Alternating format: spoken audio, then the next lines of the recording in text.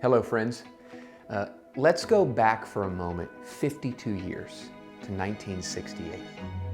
Let me walk through a couple of things that happened. First and foremost, we were right in the middle of the Vietnam War. We also, within a matter of months, in April of 1968, had Martin Luther King Jr. assassinated. Shortly after that, Bobby Kennedy, then Democratic hopeful, was assassinated as well. We also had the Hong Kong flu that killed 100,000 Americans between 1968 and 1969. If we adjust the population for inflation and look at present day numbers, that's about 165,000 people in today's numbers. It wasn't all bad. We also had the first 747 jet that was made by Boeing then, and we had the first manned spaceship to orbit the moon. But we also had continued civil and social unrest. We had political turmoil and discord. And there were students on universities across the world, Paris, London, and the like, that were protesting the Vietnam War and America's stance on a number of things. Why does all that matter? Because today, 52 years later, it sure feels a lot like 1968, doesn't it? Presidents being impeached, social and civil unrest like we haven't seen in decades, a pandemic, stock market volatility.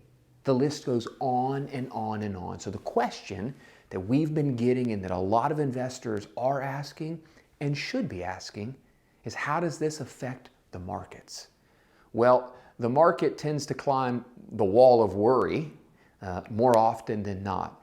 But we know that the economic data that you've come to expect from us, that it's used for us to base and run our principles and our prudent investment strategies on, the facts and the data, leads us to believe that 12 to 18 months from now, the market will be at or above all-time highs. But as an investor, we also have to take into consideration the real stress and turmoil that is ahead with continued unemployment. 3 states had unemployment numbers rise. We've got states still above 20% unemployment.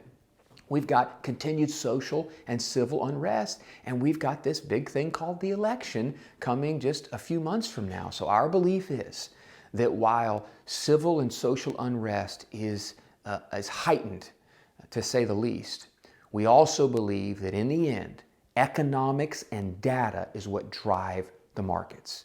As you've been hearing us say, this is one of the many reasons we've got the cash positions that we do.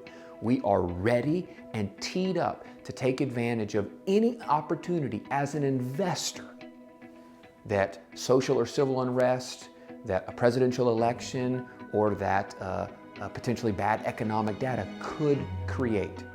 We continue to believe there's a double-digit pullback in the horizon for whatever the reason may be, but we will march towards newer highs in the next 12 to 18 months.